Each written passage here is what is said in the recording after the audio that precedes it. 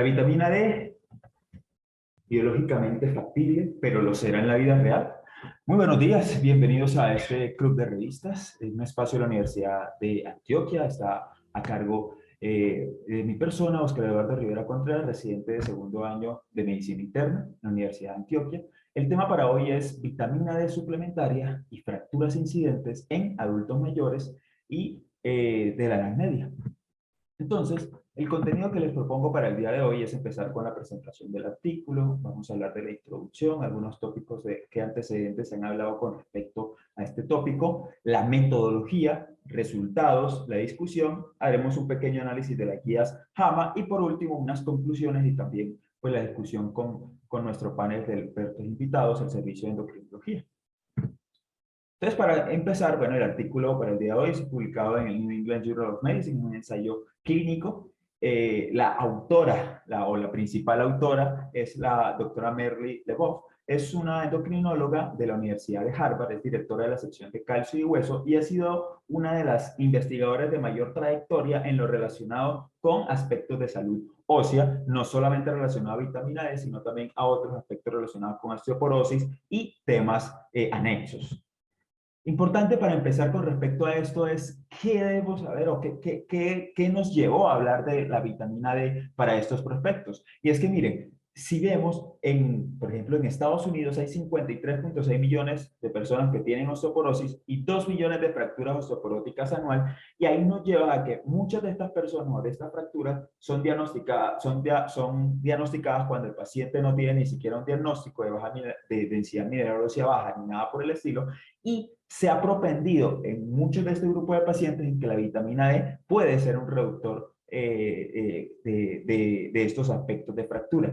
Y es ahí donde nació incluso que en la población general se ha ido recomendando también, sobre todo en pacientes mayores de 50 o 55 años, en tomar para promover la salud ósea este tipo de vitamina, la vitamina D. Sin embargo, estas recomendaciones han sido inconsistentes, tienen diferentes limitaciones porque estudios propiamente en esta población de bajo riesgo, en esta población general, la evidencia es divergente. Se han hecho estudios con dosis con bolo, otras con administración de calcio, otras en que el tamaño de muestra es pequeño, diferentes cosas que a veces no se tienen en cuenta los niveles basales o los niveles con los que terminaron el estudio, diferentes cosas que han ido limitando esta recomendación.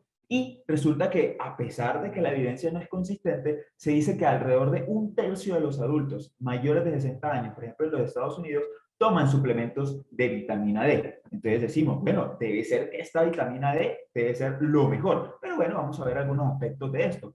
Empezando de que la vitamina D tiene un rol importante en la salud ósea, eso lo tenemos claro. ¿De dónde nace todo esto? Y resulta que la vitamina D, más que una vitamina, pues es una hormona y nace a partir o se sintetiza a partir de los rayos UVB del sol, que hacen de que esta prohormona se active a través de diferentes pasos de hidroxilaciones, se va a transformar en el hígado en la 25-hidroxivitamina, y esta 25-hidroxivitamina es la que nosotros vamos a medir a nivel sérico porque es la que mantiene mayor estabilidad en la sangre. Ahí esta se va a transformar acá en el riñón a 1,25 de hidroxivitamina, la cual es la que conocemos famosamente como el calcitriol y es la forma activa de esta vitamina, y es la que va a ir a diferentes tejidos en el cuerpo, ya sea por ejemplo en el caso del intestino para aumento de la absorción del calcio intestinal, por ejemplo también relacionado para manejar lo que son los niveles óseos, los niveles séricos de PTH, evitar también un hiperparatilismo secundario,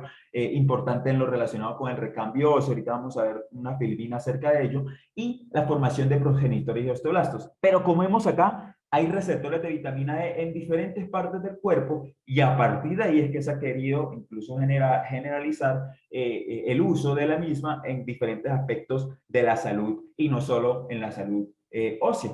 Pero el aspecto que queremos tratar el día de hoy es lo relacionado con la salud ósea. Y recordemos que acá el metabolismo óseo, ya sea cuando tenemos un balance de calcio negativo o tenemos un balance de calcio positivo, pues el calcitriol, que es la forma activa de la vitamina D, pues vamos a ver que va a actuar de diferentes maneras, ya sea en el caso cuando tenemos un balance negativo, de aumentar la absorción de calcio a nivel ya sea de aumentar acá en esto lo que tiene que ver con la PTH, el RAN ligando, hacer de cierta manera una resorción de la misma para, si hay hipocalcemia, pues poder repletar la sangre del calcio, y al revés, si tenemos un balance positivo de calcio, pues simplemente la hidroxivitamina no va a hacer este recambio. Es importante acá, y es que si vemos acá los niveles de vitamina D son entre el 80 al 90% por sol y solo un 10% a nivel de vía oral. Por eso es una vitamina que se ha creído que al tener a día de hoy poca exposición solar, pues posiblemente se ha recomendado, no, pues suplementémosla, porque si esto es beneficioso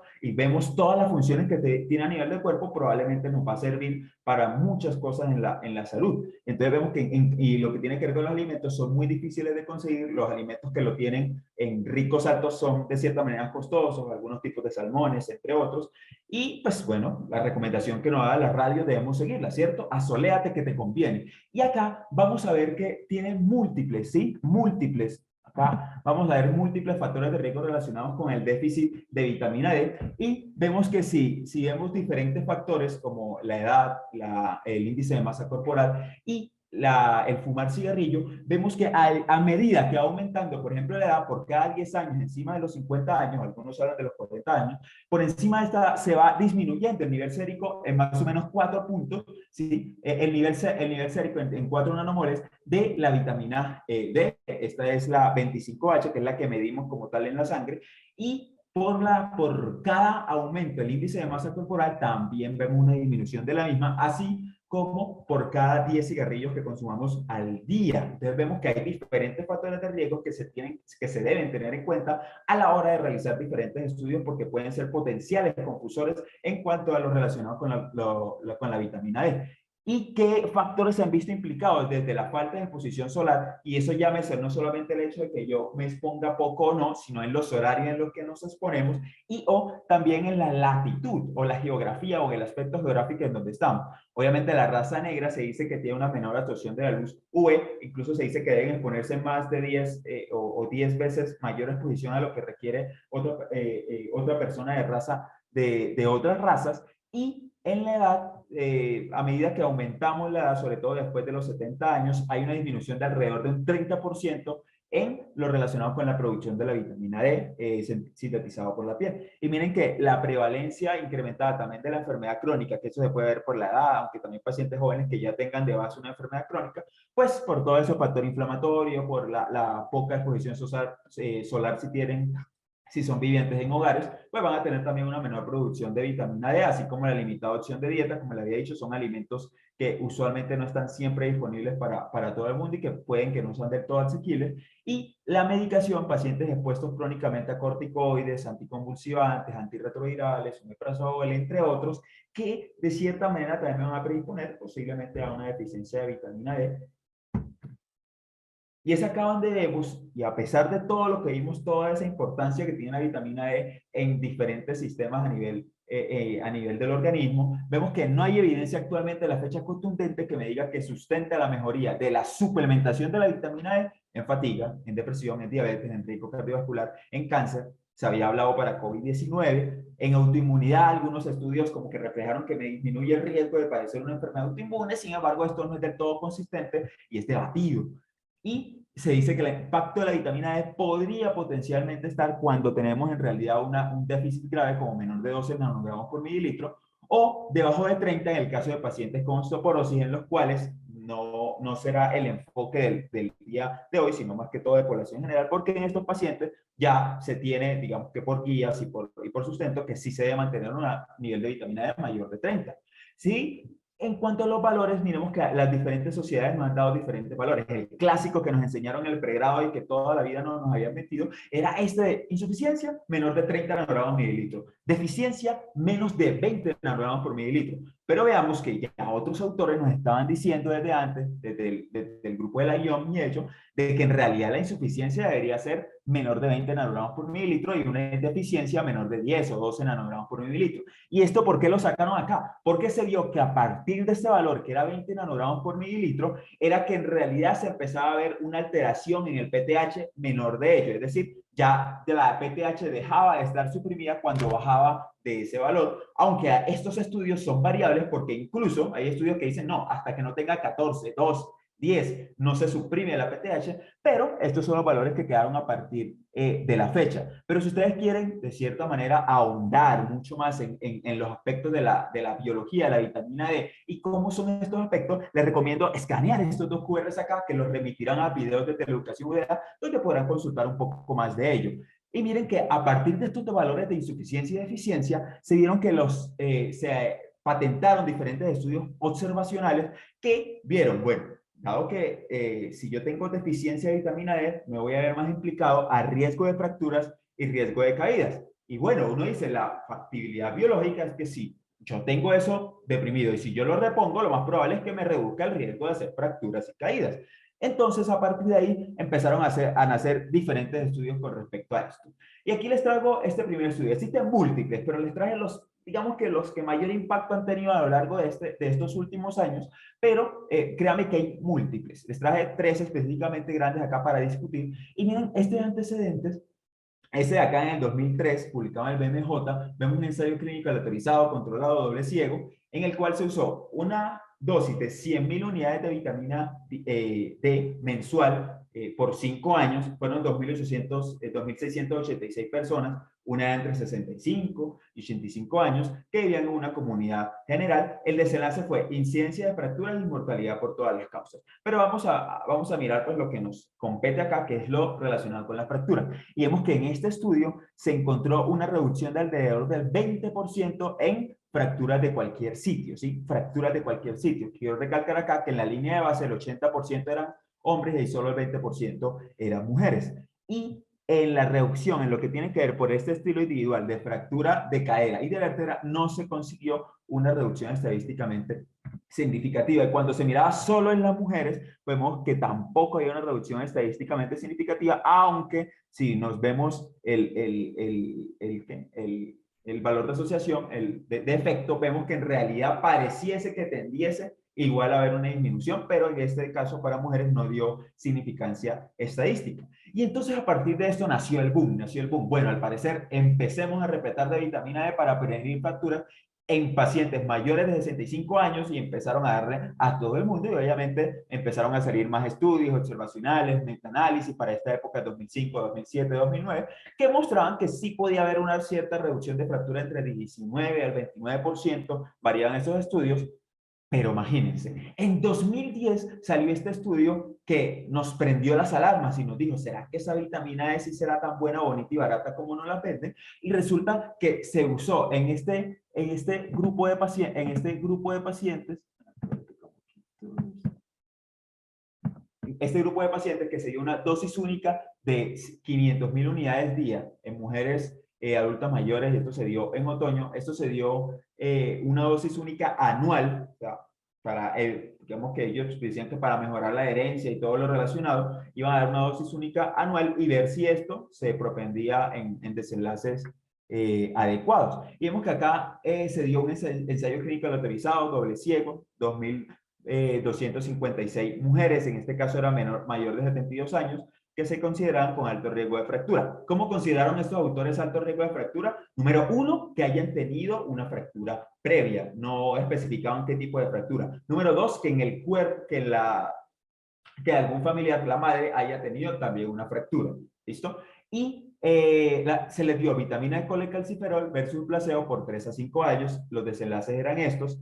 Y esto se confirmaba por entrevista telefónica. ¿Listo? Y cuando nos remitimos a estos estudios, vemos que las fracturas, ¿sí? Las fracturas en realidad fueron de 171 en el grupo de la vitamina D y en el placebo de 136, que cuando lo vemos acá, cuando lo vemos acá en esta curva de Kaplan-Meier, vemos que en realidad pareciese haber un incremento del riesgo de fractura al darle vitamina D. ¿Pero qué? ¿Qué pasó acá? No se sabe bien, pero al parecer las dosis altas de esta vitamina D a cargas tan elevadas de un solo, pues posiblemente habían causado o habían propendido, porque miren que incluso la gran mayoría de esas fracturas se dieron sobre todo hacia el inicio, ¿cierto? Hacia los primeros años. Y si bien no hubo significancia estadística, sí pareciese que tendiese a haber un aumento de las fracturas, y esto, digamos que nos descolocó un poco en lo que ya veníamos sabiendo de esto. Y nació este estudio mucho más grande, esto ya fue en el 2017, el VIDA Trial, que fue realizado en Nueva Zelanda. Y miren que esto tiene una particularidad importante, y es que eran adultos voluntarios de 50 a 84 años, eran mayor número de pacientes, 5.000 y pico de pacientes, se dieron 12.000 unidades, dosis única, y se continuaron con 100.000 unidades mensuales, ¿sí? Versus el placebo, y esto se continuó por 3 años. El desenlace acá primario, pues en realidad era la mortalidad cardiovascular, para aquí vamos a tocar el desenlace secundario, que es el relacionado con el tiempo de la primera fractura, y también miraron como lo de la parte de los post-hoc. En el post-hoc miraron el riesgo de caídas. Y la meta que ellos se patentaban con esta dosis era lograr que los pacientes tuvieran entre 35 a 40 nanogramos por mililitro, pero en realidad los autores incluso reportaron que se lograron valores de 50 a 60 más o menos nanogramos por mililitro en la mayoría de los pacientes. Y importante acá es que cuando vemos la fractura no vertebral, no hubo una reducción significativa, no hubo diferencia, mejor dicho, en cuanto a darle vitamina D o darle placebo en este grupo de pacientes, ¿sí? Y vemos que incluso pareciese que la cosa tendiera a ir a que pudiese aumentar más el riesgo de fractura, pero no, aquí me dice, no hay diferencia entre darle, incluso cuando se miraban para los pacientes que tenían menos de 20 nanogramos por mililitro, que es la conversión de esto acá, cuando había menos de 20, incluso tampoco había una diferencia estadísticamente significativa. Y ahí ya estos estudios nos estaban empezando a decir, hey, acá debe haber algo que nos está diciendo que probablemente la vitamina D pudiese ser útil en estos casos, pero como lo vemos, esto fue un desenlace secundario, no se usó en todo lo de la parte de los pacientes, el registro de las fracturas fue por manera telefónica. Hay que tener en cuenta que acá se excluyeron los pacientes que tuvieran enfermedad renal crónica avanzada, los que tuvieran hipercalcemia y algunas enfermedades creulomatosas, para tener en cuenta este estudio.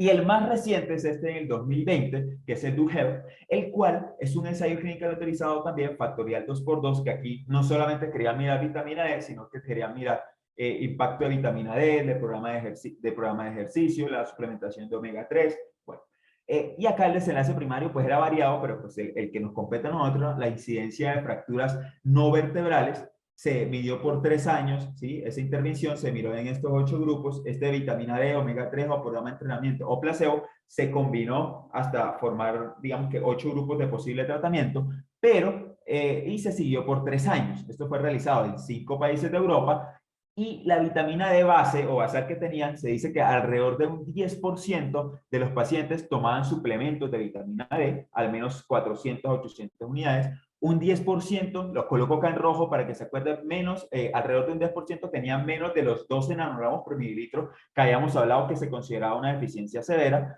y acá el 40%, más o menos el 40%, tenía, de cierta manera, menores de 20 nanogramos por mililitro. ¿Sí? Era al menos un 40% tenía lo que conocemos como insuficiencia, según algunos reportes, o como deficiencia según otras guías. ¿Qué se incluyó? Mayores de 70 años, sin eventos de salud mayor en los últimos años, ¿cierto? Que tuvieran al menos un Minimental de 24 puntos para poder llenar los cuestionarios, y se excluyeron aquellos que tomaban suplementos más de lo permitido, tanto para calcio como de vitamina D. ¿Y qué resultó? Bueno, nuevamente, no hubo diferencia estadísticamente significativa para el uso de la vitamina D para prevenir fracturas no vertebrales. Entonces, estos diferentes estudios nos estaban marcando algo, y es que hay inconsistencia entre los que nos mostraban mucho de los estudios, otros que incluso pueden mostrar algo de riesgo de fractura, otros que ya me están diciendo, hey, parece que no va a haber diferencia. Entonces, hay diferentes recomendaciones según las guías.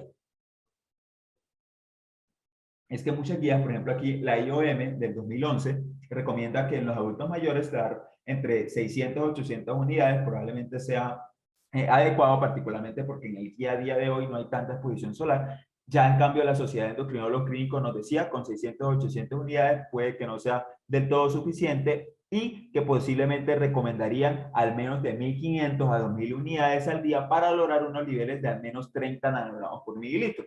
Fue este valor, 2000 unidades día, que fue el que recomendó la Sociedad de Endocrinólogos Clínicos, los que vamos a ver que potentó y por qué usaron esa dosis en el estudio que nos trae hoy a colación. Y ya para el 2018 se patentó que probablemente lo que se debe considerar deficiencia es cuando tenemos menos de 12 nanogramos por mililitro e insuficiencia así cuando tenemos menos de 20. Y como les había dicho, por el grado que esto tiene que ver con la relación con la PTH.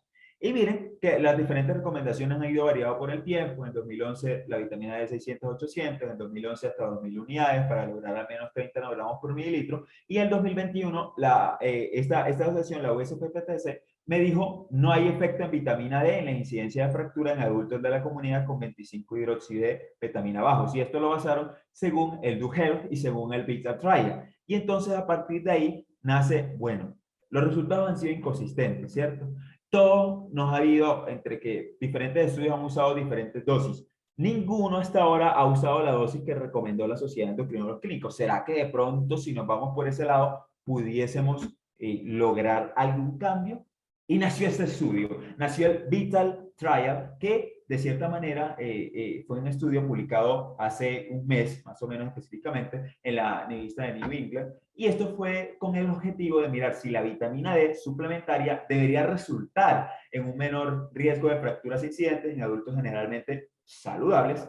La población fueron adultos de Estados Unidos de este estudio complementario del estudio Vital. Resulta que el estudio Vital se creó potencialmente, fue para mirar, el desenlace principal, pues era mirar si había reducción en eventos cardiovasculares y en cáncer, ¿sí? Por eso van a ver que este tipo de pacientes, pues, que tuvieran alguno de estos dos, pues, se excluían del estudio. ¿Qué novedades tiene entonces este estudio si ya yo les he mostrado varios antes? Bueno, este es el primero que hace una comparación directa entre vitamina D y placebo y hace una ratificación de las fracturas reportadas. Ya van a ver por qué le digo lo de la ratificación, porque antiguamente los diferentes estudios lo hacían era por llamada telefónica, en esto sí se ratificó por un comité adjudicador que revisaba historias, que revisaba radiografía, ahorita lo comentamos, y es el estudio con mayor cantidad de participantes, más de 20,000 participantes participaron, valga la redundancia, en este estudio y de cierta manera nos manda al estudio con mayor cantidad de población en este caso y vamos a ver cómo resultamos.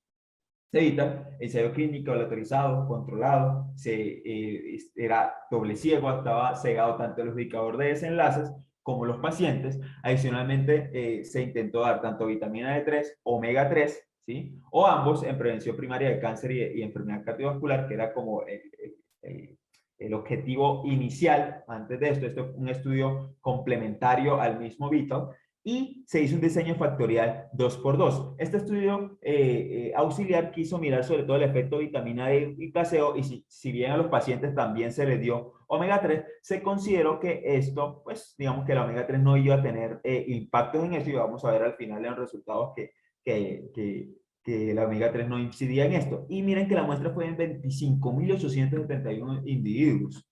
¿Qué criterios de inclusión tenían? Bueno, fuera hombre mayor de 50 años, mujeres mayor de 55 años, que tuvieran una educación mínima secundaria para llenar los cuestionarios y se excluyeron aquellos pacientes con historial de cáncer, excepto el que hemos ahí registrado, con desenlaces cardiovasculares, dígase accidente cerebrovascular, dígase infarto agudo de miocardio, dígase angina, dígase AIT, dígase pacientes que hayan sido sometidos a un bypass coronario o a una PCI, pacientes también que de cierta manera pudieran tener alterados los valores de vitamina D por la enfermedad de base, ya sea por hipercalcemia, sarcoidosis u otras enfermedades granulomatosas como la tuberculosis crónica, como la granulomatosis con poliangiitis. Esos pacientes fueron excluidos porque recordaban que esas enfermedades tienen el potencial de crear o de crear vitamina D, sobre todo 1,25 hidroxivitamina D, y de cierta manera pudiera falsear un poco lo que tiene que ver con los pacientes y los resultados de los pacientes. y con el nivel de vitamina D de los pacientes. Adicionalmente, los que tuvieron falla renal crónica avanzada, en la cual en estos pacientes que ya tienen enfermedad mineral ósea, probablemente todavía seguíamos usando lo de la vitamina D y estos pues fueron excluidos. Y también aquellos pacientes anticoagulados. Además, importante eso acá, y es que se excluyeron aquellos pacientes que no fuesen adherentes. ¿Y cómo se marcó esta adherencia? Si tomaban menos de 2/3 de las pastillas en una fase de ingreso, que es el run-in, de 3 meses, si tomaban menos de 2/3 de las pastillas, pues esos también eran excluidos del estudio porque se iba a ver que iban a ser no adherentes a la misma. ¿Y qué procedimiento se usó en este caso? ¿Qué procedimiento se usó en este caso? Y se usó entonces vitamina D3, se usaron 2000 unidades día, omega 3, 1 gramo día, placebo o doble placebo, y esto se combinó acá, ya sea placebo con omega 3, vitamina D con placebo, o placebo con placebo versus vitamina D3 y omega 3, y se tomó los niveles basales de vitamina D en alrededor de 17,000 pacientes, o sea, quedaron alrededor de unos 7,000 pacientes sin toma de esta muestra. ¿Y qué pasó? Se daba entonces ese tratamiento diario, ¿cierto? Y anualmente se iban midiendo las fracturas reportadas. Si había un reporte de alguna fractura, entonces se obtenía el registro médico, obviamente a través de diferentes cartas y permisos a las instituciones. Se hacía lectura de las imágenes radiográficas, particularmente las que eran por fracturas de cadera o las que eran fracturas consideradas osteoporóticas. Siempre se hacía la lectura de radiografía, no eran a todas, pero a una gran mayoría se la hacía, y había un comité adjudicador cegado que confirmaría el caso, era decir, no era solo el reporte, sino también la confirmación del mismo por las diferentes instituciones de salud donde consultaron, y se permitía que máximo tomaran 1.200 miligramos de calcio o máximo 800 unidades al día de vitamina D. ¿Qué desenlaces se miraron? Como desenlaces de eficacia, el primario fue la primera fractura total incidente, no vertebral y de cadera, y de secundario lo mismo, pero excluyendo las fracturas de la alus, del cráneo, las periprotésicas y las patológicas. Y como desenlace de seguridad se miró qué grado tenían de hipercalcemia y de cálculos renales, y como desenlaces exploratorios se quiso mirar las fracturas osteoporóticas mayores, las pélvicas y las de muñeca. En cuanto al análisis estadístico, se estimaba más o menos un N de 20,000 personas con un poder del 80%, con un alfa de 0.05. El análisis fue primario por intención a tratar. Se dice que no hubo una interacción entre D3 y omega 3 en el análisis de fractura, y por eso estos dos, de cierta manera, o se preveía que estos dos no iban a infringir en este desenlace, y por eso no se hizo diferenciación por estos dos grupos. Hubo reducciones, se esperaba una reducción del 19 al 29% por los diferentes metaanálisis que se había publicado a la hora de escribir el protocolo, y se esperaba que para cualquier fractura un 19% de reducción, y para fractura no vertebral ellos esperaban encontrar un 29% de reducción. ¿Y ellos por qué esperaban eso? Porque ellos catalogaban que más o menos con las 2.000 unidades que iban a dar, iban a lograr al menos tener 40 nanogramos por mililitro de vitamina D para la salud ósea, comentaban en el protocolo. Y como secundarios, no hubo control para múltiples hipótesis ni ajuste del P, del valor de P, ni en los intervalos de confianza, y esto lo aclararon los autores para que en caso tal se encontrara un hallazgo positivo significativo en los desenlaces secundarios, pues estos se tomaran con precaución. Y se hicieron algunos análisis por subgrupos preespecificados: la edad, la FEBI, la vitamina D del base, la calcio vitamina D suplementaria y el nivel de vitamina D por cuartiles. Entonces, de estas 35,000 de pacientes que entraron a la fase de running, que recuerden, la fase del running era algo así como parecido a algo piloto para mirar cuál es el grado de adherencia que tenían estos pacientes, y los que tenían menos de 2/3 de pastillas en esos 3 meses, pues eran excluidos, y terminamos con 25,871 pacientes, y fueron distribuidos en los dos grupos: 2.000 unidades al día de vitamina D y placebo, y el placebo. En las líneas de base, ¿qué les quiero recalcar acá? Y es que más o menos, el 20% de los pacientes eran de población negra. recordemos, un factor de riesgo, que era equiparado entre los dos grupos. Adicionalmente, los niveles de vitamina D estaban rondando entre los 30.7 nanogrados por mililitro, miren, en ambos grupos. Cuando miramos también el nivel de calcio, pues también era similar. Cuando nos vemos acá en cuanto a las enfermedades asociadas, como que hay una historia de fractura por fragilidad en un 10% en ambos grupos. Es un factor de riesgo claramente y estaba en un 10% en la población, más o menos un 4% en tratamiento para osteoporosis. Y miren que también en cuanto a los pacientes con tabaquismo, que recordemos que también un factor de riesgo para el déficit, pues están un 7% más o menos. E importante acá es que un 42% en ambos grupos estaban con algún suplemento de vitamina D. Recordemos que el máximo permitido era 800 unidades, ya sea que lo tomaran en concomitante con calcio o algo por el estilo, y que no se pasaran de calcio tampoco de 1200 al día.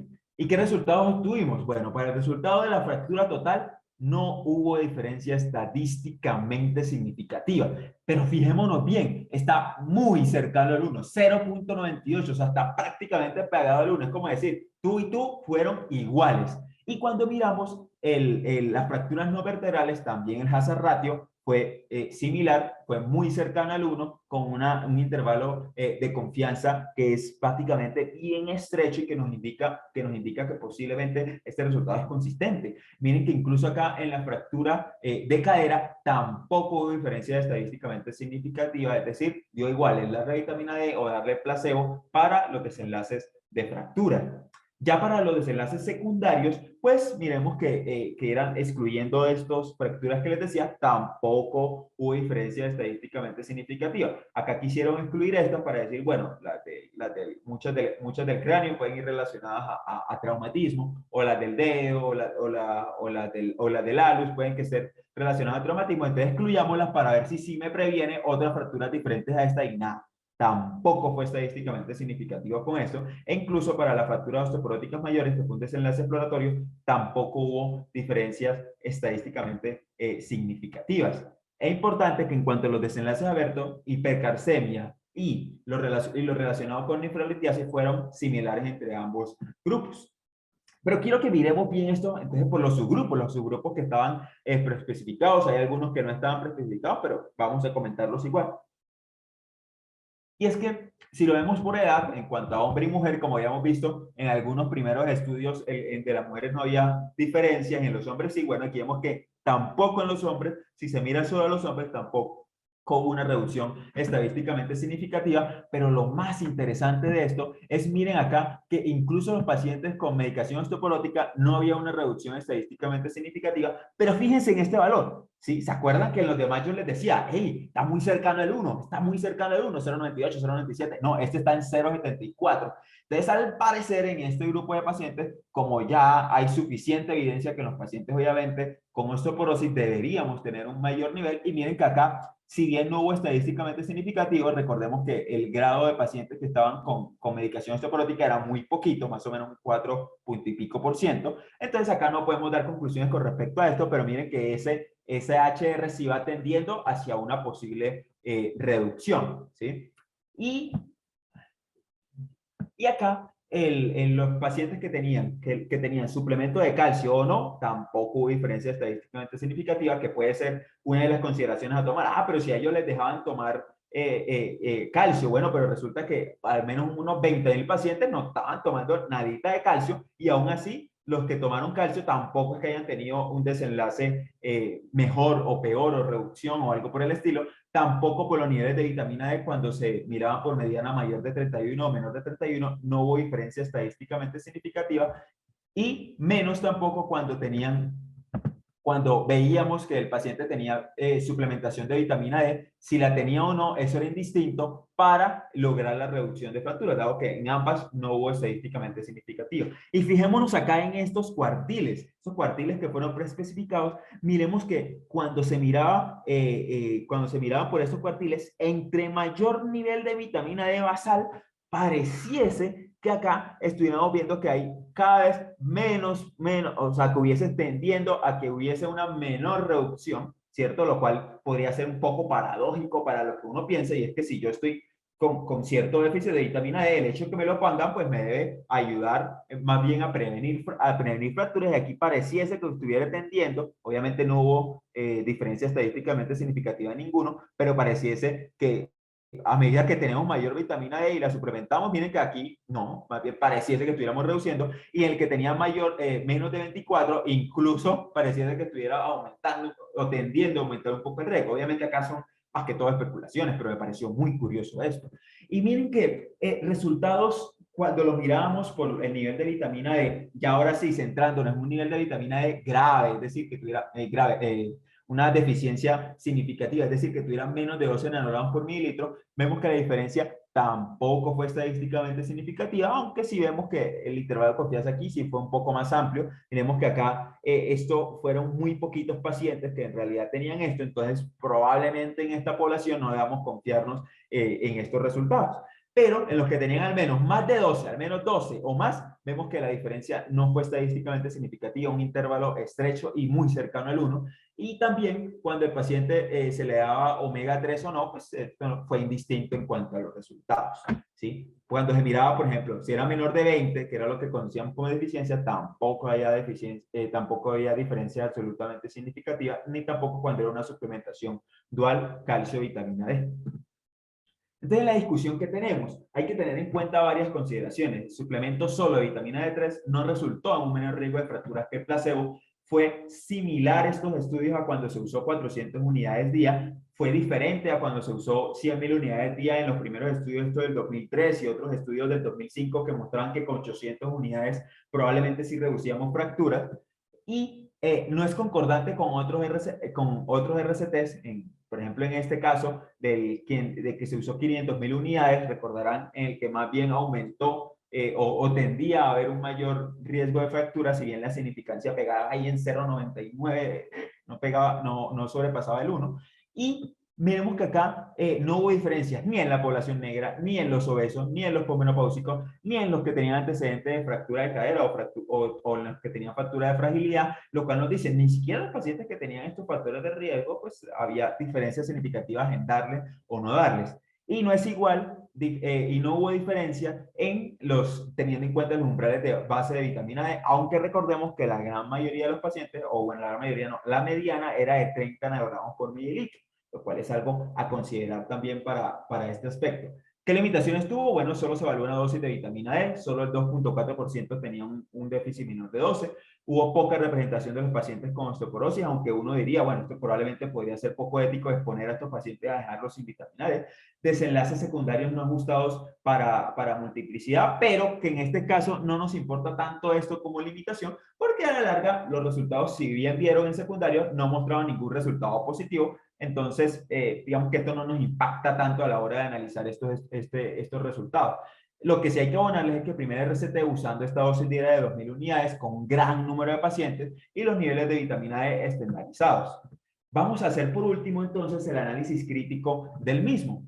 Entonces comenzamos con el riesgo de ser. Resulta que si los pacientes fueron aloterizados, sí, fueron aloterizados como como lo indicamos en la tabla inicialmente, y esa aleatorización se hizo de manera también digital. Si la autorización fue oculta, sí, específicamente fue oculta, y digamos que los centros que estaban haciendo esto no podían preseleccionar los pacientes ni por densidad mineral ósea, ni por nivel de vitamina D, ni por antecedentes de osteoporosis. Eso no tuvo que ver nada a la hora de la selección de los pacientes. Incluso vemos que la cantidad de pacientes estuvo o la selección de pacientes estuvo variada también. Si hubo cegamiento, claramente hubo un cegamiento tanto del adjudicador de los desenlaces, que era el comité que adjudicaba que de verdad sí haya sido una fractura consistente, como el paciente que no sabía si le estaban dando vitamina D o azuquita.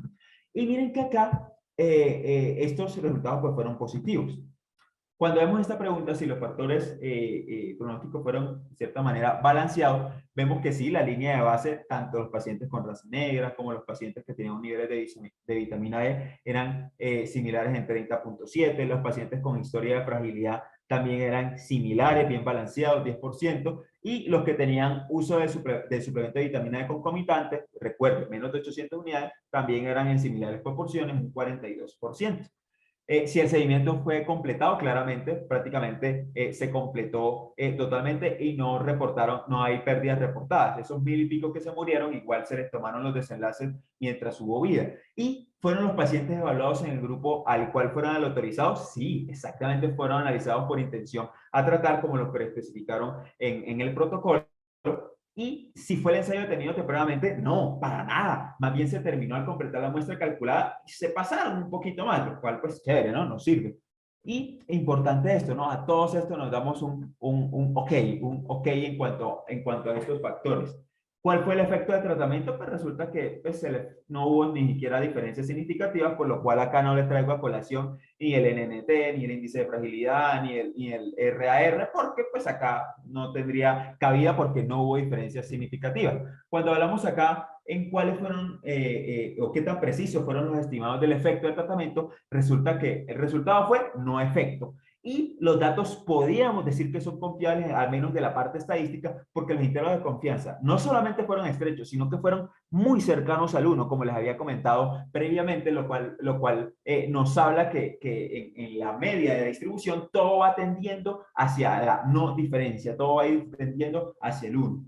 Y en cuanto a la aplicabilidad, vemos que sí incluyeron pues, pacientes de todas las razas, obesos, en sobrepeso, hipertensos, diabéticos en un 13%, tabaquistas en un 8%, por ejemplo, pero no nos representa una vasta cantidad de adultos mayores multicomórbidos, como por ejemplo con enfermedad coronaria, con enfermedad cardiovascular, baja representatividad en pacientes con osteoporosis institucionalizados a los cuales potencialmente no les podíamos aplicar estas reglas del juego, una baja representatividad también en los que tomaban antirresortivos o los que tomaban corticoides. Miramos que los que tomaban corticoides eran solo del 1.8% y una baja representatividad en los pacientes que tenían menos de 12 nanogramos por mililitro. Y además la enfermedad renal crónica, que prácticamente la mayoría fueron excluidos, y la TFG fue de 78 mililitros. Entonces uno dice, probablemente en estos pacientes con renal crónica tampoco nos aplique este estudio. ¿Y se tomaron en cuenta los desenlaces importantes? Sí, para lo que queríamos, que era lo de fracturas y fragilidad y seguridad, se hizo, pero no se tomó en cuenta aspectos como calidad de vida, función cognitiva, mortalidad a largo plazo, que son cositas a considerar posteriormente.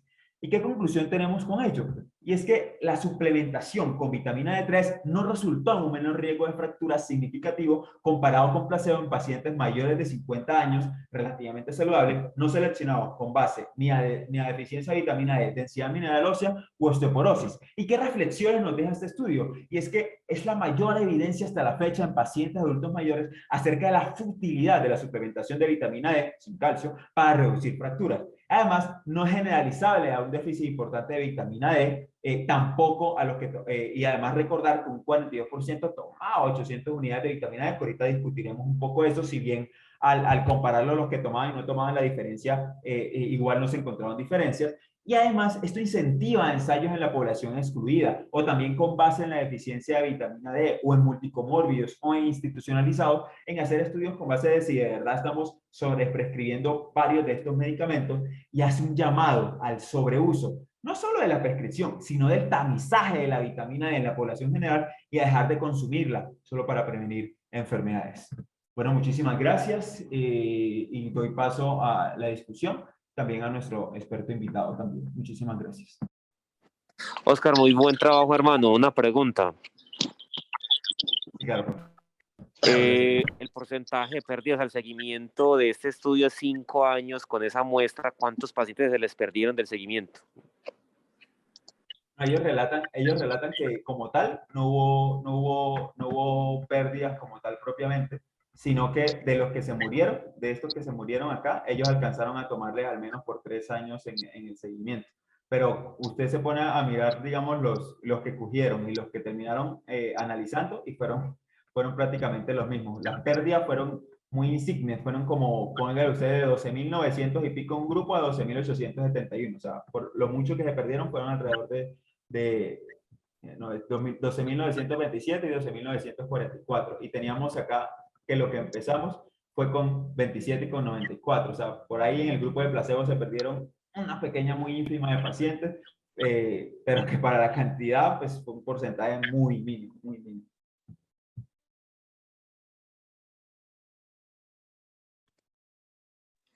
Sí, o sea, es decir, este ensayo clínico muestra que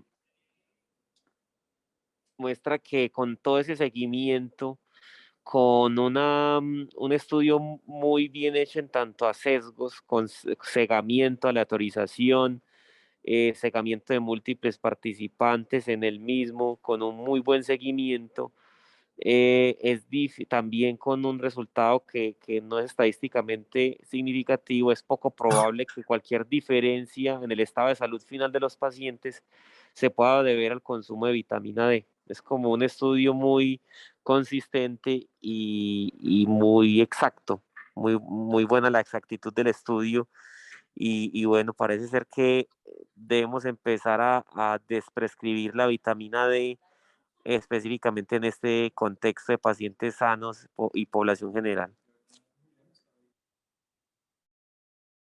Yo creo que ese, no sé, Carlos, si me estás oyendo, pero yo creo que ese es el mensaje final. Yo creo que se está usando mucho de la vitamina D y se pensaba que tenía mucho beneficio para muchas cosas y la verdad es que no tiene tanto beneficio.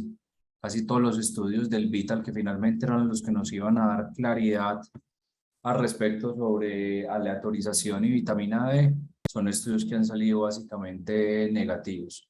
El único que les dio medio positivo es de vitamina D y enfermedades autoinmunes con un NT cercano a 5000. Entonces realmente creo que la vitamina D, si uno la va a utilizar, tiene que ser en escenarios muy particulares.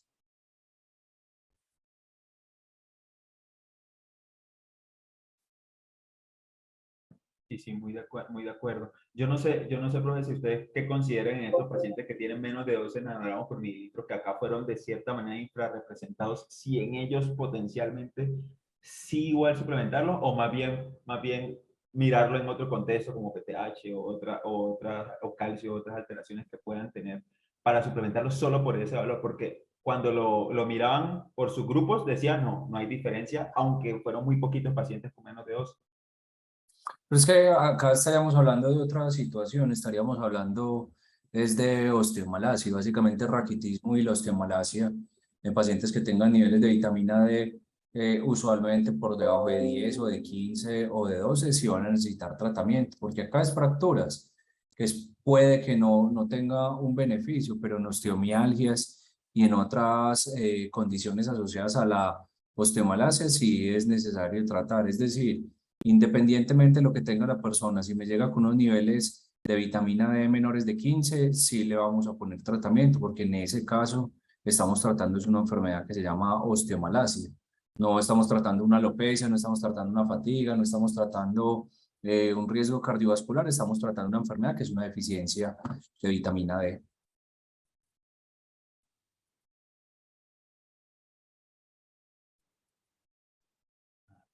No sé si había aquí en el chat. No, acá en el chat creo que no había preguntas.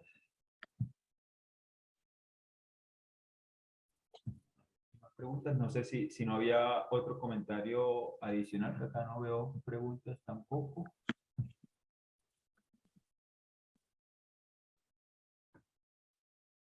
Bueno, siendo así, no veo preguntas acá en el chat. Bueno, muchísimas gracias a todos. Creo que nos queda un mensaje de reflexión para todos. Muchísimas gracias al doctor Román, al doctor Atencia, que con la discusión acá comentada. Y es un mensaje que nos queda a todos. Probablemente la vitamina D la estábamos sobrevalorando y ahorita ya nos estamos dando luces hacia cuándo de verdad deberíamos usarla y hacia qué cosas irlas desestimando. Muchísimas gracias a todos.